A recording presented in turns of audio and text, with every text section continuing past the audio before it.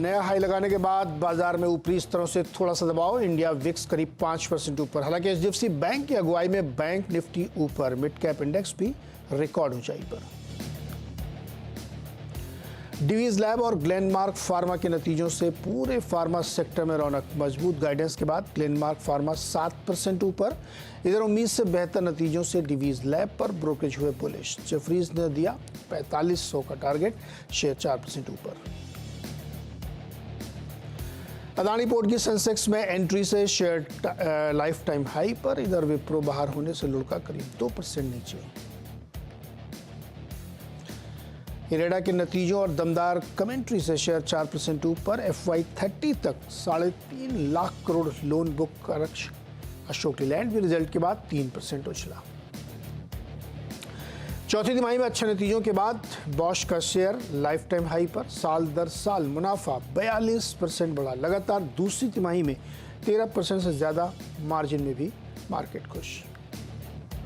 और आज मौसम विभाग जारी करेगा मॉनसून का दूसरा अनुमान। शाम 4 बजे प्रेस कॉन्फ्रेंस होगी। इस साल 106% बारिश होने की उम्मीद, ला नीना के रहने की उम्मीद।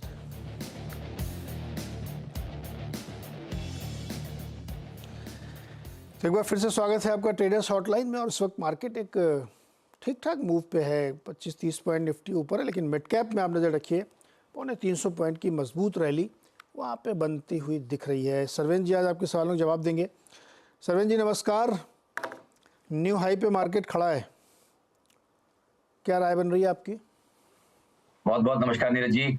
दर्शकों को भी बहुत बहुत नमस्कार। नया हफ्ता ये चालू हो रहा है, आई थिंक क्रिटिकल रहेगा। देखिए, जो लास्ट फ्राइडे को जब मिले थे तो थॉट यही था कि भाई ये 23,000 के ब्रेकआउट सब क्रूशियल हैं और 49,500 एंड 23,100 निफ्टी, ये दो इंपॉर्टेंट लेवल्स हैं। साइमल्टेनियसली प्राइस वॉल्यूम ब्रेकआउट दोनों जगह हो जाता है तो 500-600 पॉइंट निफ्टी में और ऐड हो जाएंगे। बैंक निफ्टी में भी तकरीबन 1200-1300 पॉइंट ऐड हो सकते हैं। तो ये केस बाय ऑन ब्रेकआउट का है फिलहाल बन रहा। और डबल एज शॉर्ट पे आप खड़े हैं, अभी आप सेटअप्स में वहीं खड़े हैं। 23,000 पे कशमकश चल रहा है। लेवल से 100 पॉइंट ऊपर 22,850 वाले लेवल से आप 100-150 पॉइंट ऊपर वो कशमकश चल रहा है। बट थॉट यही है कि ये डिसाइसिव हफ्ता होना चाहिए। अगर ब्रेकआउट है तो इस हफ्ते मंडे ट्यूसडे में ब्रेकआउट होना चाहिए, ऐसा मेरा मानना है। सो जब वो निकल जाएगी गाड़ी वहां से तो फिर डेफिनेटली, जैसे मैंने बोला, 1200-1300 पॉइंट निफ्टी में, बैंक निफ्टी में ऐड होंगे और तकरीबन 500-600 पॉइंट निफ्टी में ऐड होंगे। बट वो ट्रेड अभी तक आया नहीं। अच्छा, ब्रेकआउट मान लीजिए हुआ तो सिर्फ 500 पॉइंट चलेगा निफ्टी बस? जी देखिए, बहुत लॉन्ग टर्म के मैंने आपको एक चार्ट भी शेयर किया है, अगर आप दिखा पाएंगे बाद में तो दिखाइएगा। बट थॉट यही है कि हमने अपना जनवरी फरवरी का जो सेटअप है उसी को अपडेट किया है और उन सेटअप्स के आसपास ही हम चल रहे हैं। क्योंकि ट्रेंड अप है और 50-60 पॉइंट हर हफ्ते 70 पॉइंट निफ्टी में ऐड हो जाएंगे, इसलिए लेवल्स थोड़े ऊपर जाते हैं। बट ब्रॉडली आप हैं उन्हीं लार्जर सेटअप के अंदर ही। फिलहाल ब्रेकआउट नहीं हो पाया, ये मेरा कहना है। ओके अच्छा, दो पहले कश्यप नागपाल जुड़ रहे हैं, मैं उनका सवाल लूँ उससे पहले मुझे दो स्टॉक पे राय चाहिए आपकी। दो में से एक पे जो आपको अच्छा लग रहा हो, ग्लेनमार्क और डिवीज। देखिए, फार्मा में दोनों में आई थिंक डेफिनेटली अच्छा सेटअप्स बने हैं, लेकिन अब ये जो गैप अप हो गया इसमें मुझे उतना अच्छा डीवीज के तो रिस्क रिवॉर्ड नहीं लग रहे। तो मैं फिलहाल यही देखूंगा कि ग्लेनमार्क के सेटअप्स बढ़िया बन रहे हैं और पिछले स्विंग हाई को इसने अच्छे वॉल्यूम के साथ निकाला। अभी जो हम प्राइस वॉल्यूम ब्रेकआउट की बात कर रहे थे, उसका एक क्लासिक एग्जांपल आज की डेट में ग्लेनमार्क है, जिसने अपने 10 दिन के एवरेज वॉल्यूम का ऑलमोस्ट डबल कर लिया है। और अभी बजा कितना है, अभी हार्डली अभी कुछ ट्रेडिंग हुई नहीं है।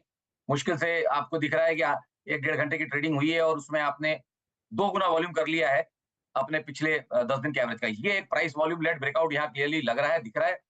तो आई थिंक जिनके पास है वो ट्रेड में बने रहे और जिनको करना है, आई थिंक 30-40 पॉइंट का अगर इंट्राडे कुछ एक छोटा करेक्शन आता है तो आई थिंक ट्रेड्स यहाँ पे लॉन्ग साइड के ही रहेंगे और सेटअप्स अच्छे लग रहे हैं। तो आप मान के चलिए साइकोलॉजिकल 1,000 रुपए का आंकड़ा है, पोजिशनली वो अब इंपॉर्टेंट हो जाता है। और नेक्स्ट 1 से 3 महीने के लिए आपको लगेगा कि अगर ये ब्रेकआउट फ्रुक्टिफाई हो गया जो आज ये लग रहा है, तो आपको यहाँ 1240-1250 के स्तर भी आते हुए दिखेंगे। 1,000 रुपीज आपके लिए एक इंपॉर्टेंट लेवल है देखने के लिए। 30-40 पॉइंट की गिरावट अगर आती है तो रिस्क रिवॉर्ड बेहतर हो जाते हैं नई एंट्री के लिए। ओके, कश्यप नागपाल दिल्ली से जुड़ा हमारे साथ। कश्यप जी नमस्कार, सवाल पूछिए सर। सर नमस्कार जी सर। सर मैंने एमता टेक के 100 शेयर्स ले रखे हैं 2100 के हिसाब से। तो मैं वैसे होल्ड कर सकता हूँ इस साल के एंड तक भी। तो आपकी राय जानना चाहता था कि अगर ये और नीचे आता है तो इसको एक्यूमुलेट करें या होल्ड करें या कैसे करें सर? ओके सरवेन जी, साल अंत तक होल्ड कर सकते हैं? जी नीचे आने पे और लें या इसी लेवल पे जितनी क्वांटिटी है उसको होल्ड करें? नहीं, मेरे ख्याल से जो इन्होंने अभी ले लिया है नहीं, इसी इसी सेम लेवल से तो मैं ऐड करने नहीं बोलूंगा, और इन्हीं लेवल्स के आसपास ही है, तो आई थिंक जो जितने में बने हैं फिलहाल उतने में बने रहे, क्योंकि 6 महीने का ही व्यू मांग रहे हैं। तो मेरे हिसाब से ये मीडियम टर्म एक पोजिशनल ट्रेडिंग व्यू हो जाता है, इसमें बहुत ज्यादा पोर्टफोलियो में रखना नहीं चाहते हैं 6 महीने के बियॉन्ड। तो it's not a very big portfolio call. तो जितना है उतने में बने रहे। मुझे लगता है कि नीचे में जो इनको लेवल्स ध्यान में रखने चाहिए यहाँ पे, वो रहेंगे तकरीबन अगर आप देखें तो मेरे ख्याल से तकरीबन जो अभी नीचे में इसने सपोर्ट्स लिए हैं वो तकरीबन 1800 के आसपास लिए हैं। तो 1800 के आसपास इसने 3-4 बॉटम बनाए हैं, कुछ नीचे उसके, कुछ स्लाइडली उसके ऊपर। पर 1800 के राउंड नंबर को आप मानिए कि एक सपोर्ट एरिया है, और कि 6 महीने में अगर इनका बेस्ट केस मुझे जो दिख रहा है वो 2400-2450 वो आ सकता है। 1800 बनस्पत टूटे नहीं। ओके, 2450 तक के टारगेट आ सकते हैं 6 महीने में, तो होल्ड करने की राय इसमें रखिए। अगला सवाल है अतुल सिंघल का गुरुग्राम से। अतुल जी नमस्कार। नमस्ते जी बताइए। सर, मैंने 2 शेयर लिए हैं। पहला शेयर है रेन इंडस्ट्रीज, ये 1500 शेयर लिए हैं मैंने 185 के भाव पर। और दूसरा शेयर है हिरनबा इंडस्ट्रीज, ये 600 शेयर लिए हैं 465 के भाव पर। मैं इनको 1 साल तक होल्ड कर सकता हूँ। इसमें बताइए प्लीज कि इसको होल्ड करना चाहिए, सेल करके किसी और में जाना चाहिए?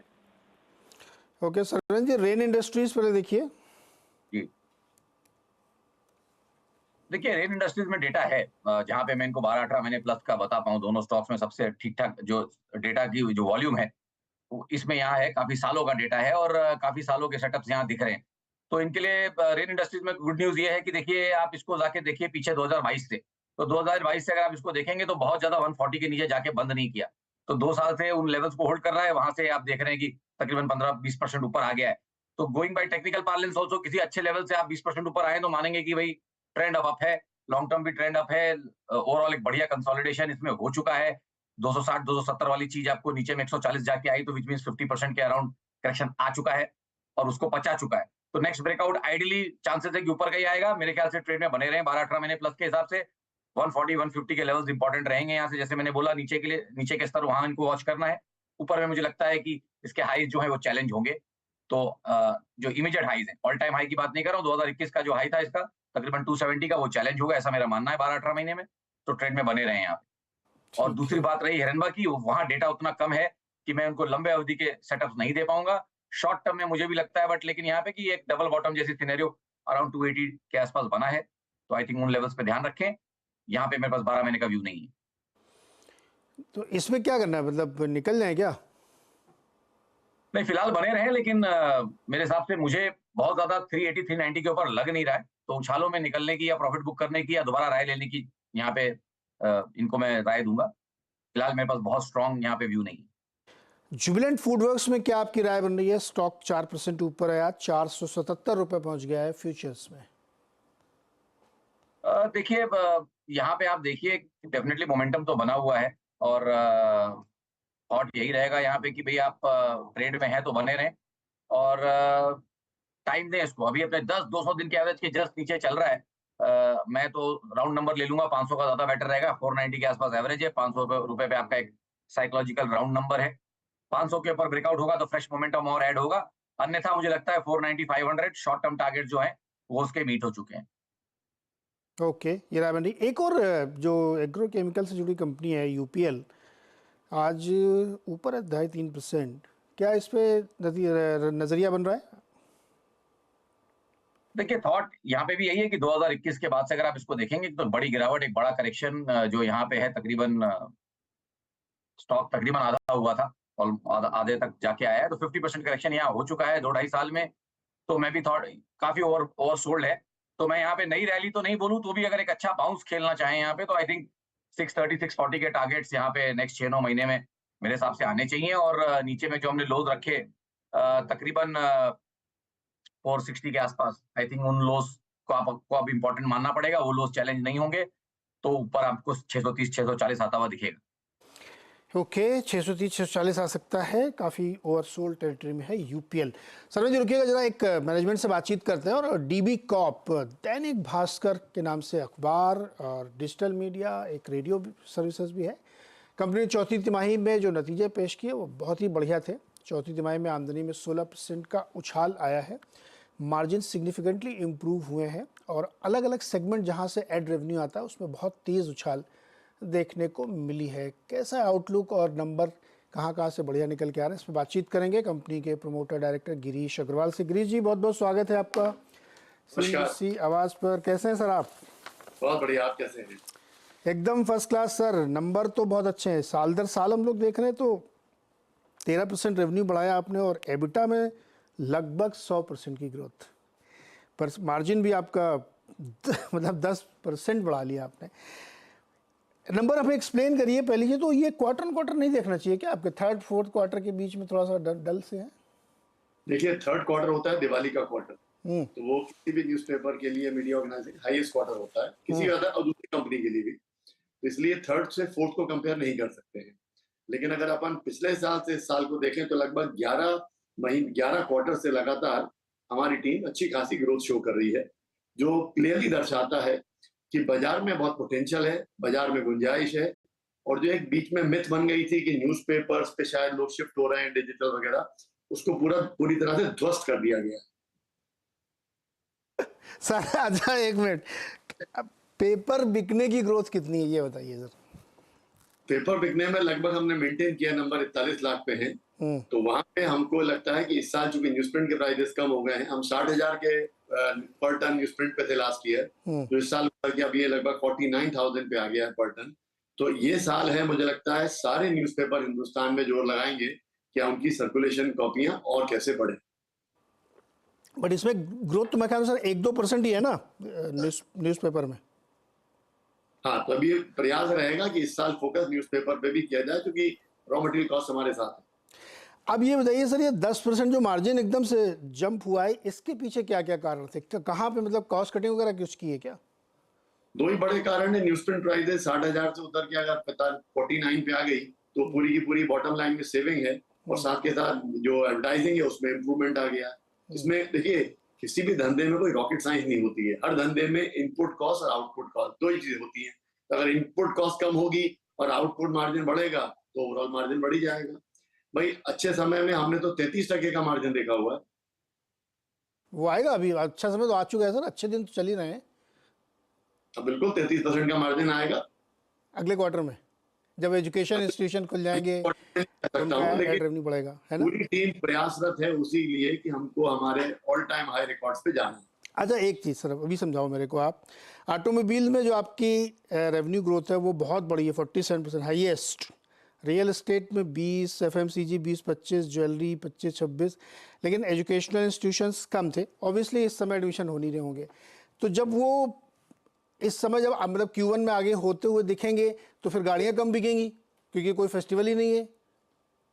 तो देखिए, इसको आपको साइक्लिक लेके चलना पड़ेगा कि लास्ट ईयर Q1 में था, इस साल Q1 में क्या रहेगा, हम उसको ऐसे कंपेयर करेंगे। हम Q3, Q4, Q1 को आपस में अगर हम ट्रेलिंग क्वार्टर को कंपेयर करेंगे तो वो एप्पल टू एप्पल कंपैरिजन नहीं होगा। ओके, इस समय सर आपका मार्केट शेयर कितना है और आपने कितना बढ़ाया है, अगर बढ़ाया तो? सभी मार्केट में अलग अलग मार्केट शेयर है। किसी मार्केट में हमारा मार्केट शेयर 70% के ऊपर है, कहीं पे जहाँ पे 3 प्लेयर हैं वहां हम ऑलमोस्ट 40%, 45% मार्केट शेयर पे हैं। तो डिपेंडिंग ऑन, कहीं कमजोरी भी है तो वहां जोर लगाना पड़ रहा है। रेडियो बिजनेस भी काफ़ी अच्छा किया है, यहाँ पे भी 32% की ग्रोथ है रेवेन्यू में। क्या इसका पीछे एक बड़ा वजह है चुनाव?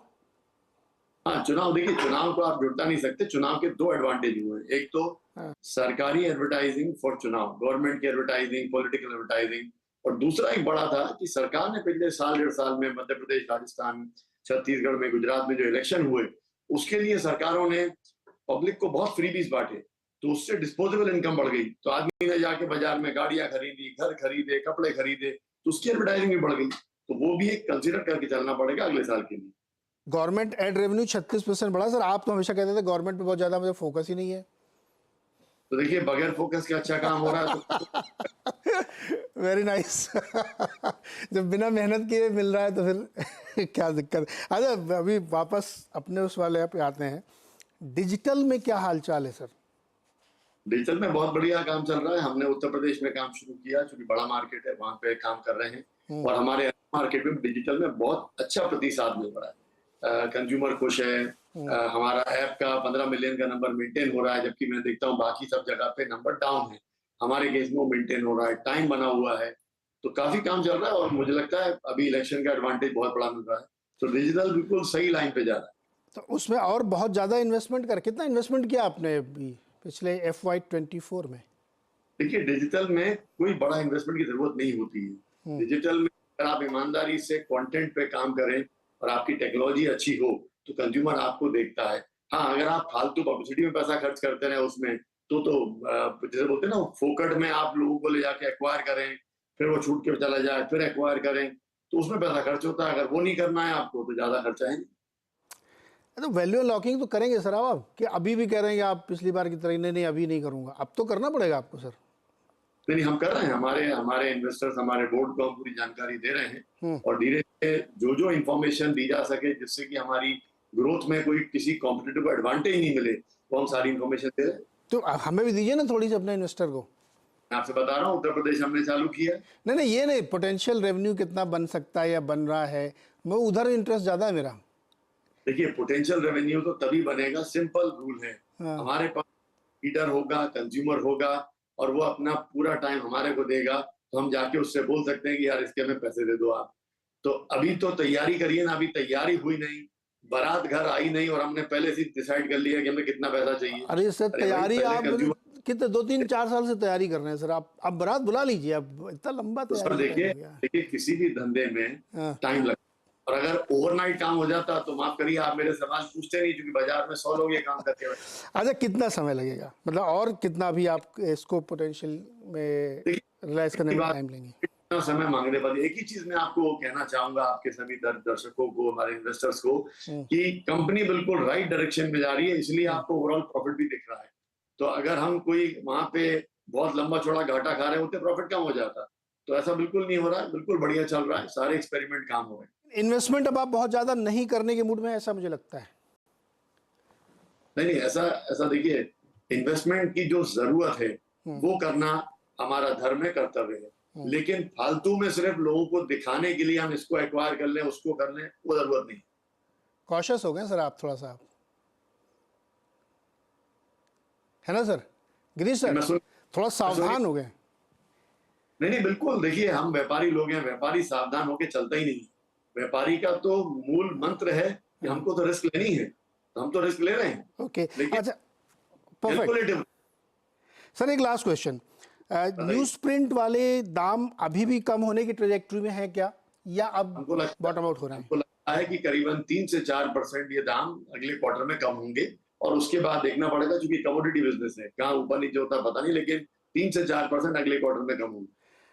तो अब मैं ये एज्यूम करूं कि ये जो अभी मार्जिन है 25% के अराउंड वाला, ये एक फेयरली स्टेबल मार्जिन है जो रहना चाहिए? हमारा पूरा प्रयास इसको ऊपर ले जाने के लिए, और इससे ऊपर ले जाएंगे। ओके गिरीश सर, बहुत बहुत शुक्रिया हमारे साथ जुड़ने के लिए। लेकिन आपने डिजिटल वाला मेरे को इस बार भी देखिए, इस क्वार्टर भी आपने मेरे को निराश किया। मैं कितने 4-5 क्वार्टर से ट्राई कर रहा हूँ, आप कुछ बता नहीं रहे सर इसमें। अगले क्वार्टर में फिर से एक बार बहुत बहुत शुक्रिया सर। बेहतरीन नंबर पेश किए डीवी कॉर्प ने और स्टॉक ने एक बेहतरीन प्रदर्शन भी यहाँ पे दिखाया है। सर्वेश जी से एक राय। सर्वेश जी, डीवी कॉर्प कैसा लगता है आपको चार्ट पे? देखिए हाल फिलहाल तो जो इंडेक्स को अच्छे से आउट परफॉर्म कर रहा है और आई थिंक 240-250 के आसपास बहुत अच्छे सपोर्ट्स बन गए। तो आई थिंक बिल्कुल यहाँ पे I think medium to longer term setups बढ़िया बन रहे हैं। अगला सवाल लेते हैं संतोष पोरवाल का, कोटा राजस्थान से। संतोष जी नमस्कार, सवाल पूछिए सर। जी सर नमस्कार सर। टाटा टेक्नोलॉजी के 100 शेयर मेरे पास 1100 की एवरेज के सर। हाँ, तो इसको लॉन्ग टर्म के लिए होल्ड कर सकते हैं सर, क्या अरे इसमें बहुत ज़्यादा डेटा नहीं। चलो सरवेन जी से मदद ले। सरवेन जी, टाटा टेक्नोलॉजीज 1100 पे ले रखा है लॉन्ग टर्म के लिए, ठीक है क्या? देखिए ब्रांड अच्छा है बट स्टॉक में डेटा कम है, तो मेरे को पास करना पड़ेगा। ये लॉन्ग टर्म पूछ रहे हैं तो मेरे को पास करना पड़ेगा। दिक्कत ये है कि आप इसमें टेक्निकली बहुत कम डेटा, लेकिन कंपनी अच्छी, जितना मुझे जानकारी में बता रहा हूँ आपको, फंडामेंटली कंपनी अच्छी है, ग्रुप बहुत अच्छा है, जिस तरह का ये कामकाज करते हैं उसकी ग्रोथ आगे बहुत है, इसमें कोई दो राय नहीं है। बट अगर आप लॉन्ग टर्म के इन्वेस्टर हैं तो आपको धैर्य के साथ इसमें बने रहना पड़ेगा, एकदम ओवरनाइट कुछ नहीं होगा इसमें। तो इसलिए लॉन्ग टर्म वाले हैं तो कोई दिक्कत नहीं होनी चाहिए, टेक्निकली तो थोड़ा डेटा कम है। अगला सवाल है प्रवेश खन्ना का, दिल्ली से। प्रवेश जी नमस्कार सर। नमस्कार सर। बताओ जी सर। सर मेरे पास ये 200 शेयर हैं बालाजी टेलीफिल्म्स के। हाँ जी, ये 71 की खरीद रखी है मैंने, तो 84 की खरीद ले रखी है। तो सर इससे निकलना चाहता हूँ, कब तक निकल सकते हैं? कभी भी निकल सकते हो, जब मर्जी तब बेच दो, उसमें क्या है। सर कहने का मतलब 84 की बाइंग तक अगर मैं पहुँच सकूँ तो। ओके सरवेन जी, निकलना चाहते हैं लेकिन थोड़ा मुनाफा लेके, कब निकल पाएंगे? जी नहीं, देखिए अब थॉट तो यहाँ पे ये है कि कंपनी खुद के लिए पैसा नहीं बना रही है अभी। 4-5 साल से तो बनाया नहीं है, 20 साल बनाएगी तो देखा जाएगा, बट फिलहाल खुद के तो पैसे बना नहीं रही है, तो इनके लिए कैसे बनाएगी मुझे नहीं मालूम। चार्ट पे आप देख लीजिए कि इसके जो हाईज लगे हुए हैं 2006, 7, 8 के लगे हुए हैं, और उस समय 370-80 का भाव चला करता था। तो जो चीज 2008 में 370-80 चलती थी, वो अगर आज 70 में चल रही तो डेफिनेटली कुछ प्रॉब्लम है। अब वो क्या प्रॉब्लम है वो सब तो मुझे नहीं मालूम, बट प्राइस बताता है कि भाई ये इनकी इनकी चॉइस गलत है। पैसा कमाना था तो और कोई अच्छा शेयर ले मेरे हिसाब से, और वहां इनके पैसे बन सकते हैं, यहाँ भी बन सकते हैं, मतलब कोई भी स्टॉक कभी भी चल सकता है, but I think choice is not right. तो मैं तो इस पे कोई व्यू नहीं दे पाऊंगा, मुझे तो ये पास करना पड़ेगा। ओके भाई खन्ना साहब, इसमें बहुत कुछ बनने की गुंजाइश नहीं है, और डिस्क्लेमर भी याद रखिएगा आप इसमें। ओके, अगला सवाल है चंदन कुमार का, मणिपुर से हमारे साथ जुड़ रहे हैं। चंदन जी नमस्कार सर। नमस्कार सर जी। बताओ क्या हालचाल सर? सर बढ़िया सर। हमारा सवाल है सर, बंधन बैंक का सर 56 शेयर है सर मेरे पास। 222.14 का रेट से है सर। 222 अभी चल रहा है 188। जी सर। क्या मूड है करने का? सर इसको क्या करें सर, आप थोड़ा बताइए सर। रखना है, बेचना है, क्या करना है? सरवन जी, ये एक राष्ट्रीय समस्या है जी, बंधन बैंक। इसके निवेशक बहुत पैसा लूज कर चुके हैं, और देखिए जी। चंदन जी भी फंसे हुए हैं इसमें। क्या करा जाए इसमें? देखिए अब ये कंसेंसस क्वेश्चन रहा है लास्ट 2-2.5 साल में, जहां लोग फंसे हैं इसमें वो यही वो स्टॉक है, बट 2-2.5 साल से हम यही बोल रहे हैं इन एरियाज के आसपास ही, और यही हमने लास्ट 12-18 महीने में बोला रहेगा कि भाई जहर तो उसका निकल रहा है, बट ये टाइम ज्यादा ले रहा है। 180 के नीचे बहुत बड़ा कोई मंथली क्लोज अभी उसके नीचे आज तक अभी बंद नहीं किया। 1.5-2 साल में आप देखें तो 180 के नीचे बहुत ज्यादा नहीं गया है, और गया है तो टिका नहीं है। तो 180 का स्तर है मेरे लिए हिसाब से, उसमें ₹5 आप एक फिल्टर और डाल दें। 175, 180 के नीचे जब तक मंथली चार्ट्स पे उसके ऊपर टिका हुआ है, तो उम्मीद तो यही रहेगी कि भाई, क्योंकि इतना अंडर परफॉर्म कर दिया है, एक बार तो कैचअप के लिए एक शार्प रैली या एक शार्प पुल बैक यहाँ आ सकता है। तो मैं उन्हीं उन्हीं व्यूज के साथ अभी भी चलूंगा। मुझे लगता है कि एक शार्प पुल बैक में 235, 240 पॉसिबल है। 240 के ऊपर निकला तो आई थिंक और अच्छे टारगेट्स और बढ़िया लेवल्स भी यहाँ निकल के आएंगे, बट आई थिंक जब तक 175, 180 के नीचे मंथली क्लोज नहीं आ रहा, तब तक ऊपर में जगह 240 की है। जी ब्रेक लूज से पहले बहुत छोटा सा जवाब चाहिए। अमर राजा में 3% ऊपर है, 1245 के आसपास भाव पहुंच गया। ये बैटरी वाले शेयर तो बहुत ही, इनकी बैटरी में चार्जिंग लग रहा है एक्स्ट्रा हो गई है, लिथियम वाली हो गई है। देखो 1250 हो गया। या आई थिंक नए नए डेवलपमेंट्स नई स्ट्रीम में जा रहे हैं। मेरे हिसाब से जिनके पास है ट्रेड में बने रहे। नया तो ट्रेड नहीं निकलेगा, बट जिनके पास है बने रहे। 1100 के आसपास अच्छे सपोर्ट्स यहाँ पे बने हुए पास है, वो बने रहे। नया ट्रेड अभी ले 3 महीने में 50% स्टॉक चल चुका है। सरवीन जी बहुत बहुत शुक्रिया जुड़ने के लिए और हमसे बातचीत करने के लिए। धन्यवाद। अब फटाफट एक छोटा सा ब्रेक ले लेते हैं, और ब्रेक के बाद आप देखिएगा गेम शो खिलाड़ी नंबर 1।